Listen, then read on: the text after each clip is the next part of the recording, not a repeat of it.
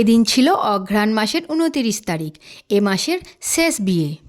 তো আমাদের একটা বিয়েতে নেমন্তন্ন ছিল, দুপুরেও নেমন্তন্ন যেহেতু ছিল তাই দুপুরে রান্নাটা ছিল না, তো আমি অনেক কাচাকুচি করে নিয়েছিলাম। আর এই দেখো প্লাস্টিক, এখন তো সব কিছুই প্লাস্টিকে, তো প্লাস্টিকে দূষণ সম্পর্কে তো আমরা সবাই জানি। তো আমি না প্লাস্টিকগুলো এখানে ওখানে ফেলি না, জানো, প্রত্যেকটা প্লাস্টিক আমি যা হয় আমি সব একটা দুটো ব্যাগে করে পুড়ে রেখে দিই।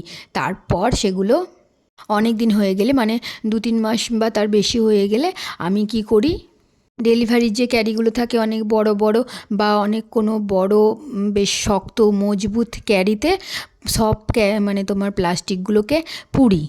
তারপর সেগুলোকে খুব ভালোভাবে বাঁধি, যেন সেগুলো খুলে না যায়, খুব শক্তপোক্ত করে বাঁধি। তারপর সেগুলোকে কিছুটা দূরে যেখানে তোমার বন জঙ্গল আছে বা আবর্জনা, সেখানে আমি ফেলে দিয়ে আসি। এর ফলে কী হয়, জিনিসগুলো প্রচুর পরিমাণে এখানে ওখানে ছড়ায় না, বা তোমার এগুলো মাটিতে থাকলে ধরো গাছপালাতেও তোমার হতেও অসুবিধা হয়। তো আমি সেগুলোকে সব জড়ো করে ফেলে দিয়ে এলাম। তারপর আমি স্নান করে নিলাম। তারপর দেখো বিয়েবাড়ি যাবো বলে আমি রেডিও হয়ে গেলাম।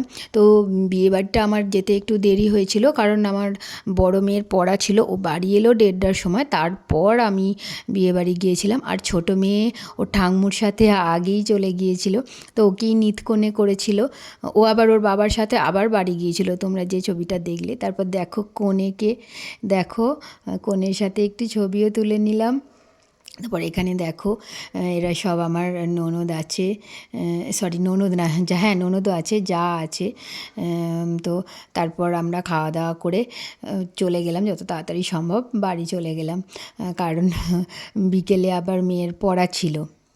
ওখান থেকে হাঁটা পথই ছিল। দেখো রাস্তার, আমাদের যে যাওয়ার রাস্তার ধারে দেখো পুকুরটা পড়ে একদম সবুজে ঘেরা। তারপর আমি বাড়ি এসে আমাদের যে ফুল গাছগুলো আছে, আমি হলুদ শাড়ি পরেছিলাম, তো ফুলের সাথে আমি কয়েকটা ছবিও তুলে নিলাম। আমি একটু ছবি তুলতে খুবই ভালোবাসি। তো এখানে ছবি তুলতে গিয়ে আমার হাতে তো, মানে ওখানে একটা লেবু গাছ ছিল, লেবু গাছের কাঁটাও ফুটে গেল, সেটা আমার এখনও ব্যথাও হয়ে আছে। তারপর রাতের জন্য রেডিও হয়ে গেলাম। দেখো আমাকে কেমন লাগছে একটু জানিও। এটা আমার যা, আর এই যে ওটা আমার জায়ের বা ভাসুরের মেয়ে, আর আমার মেয়ে।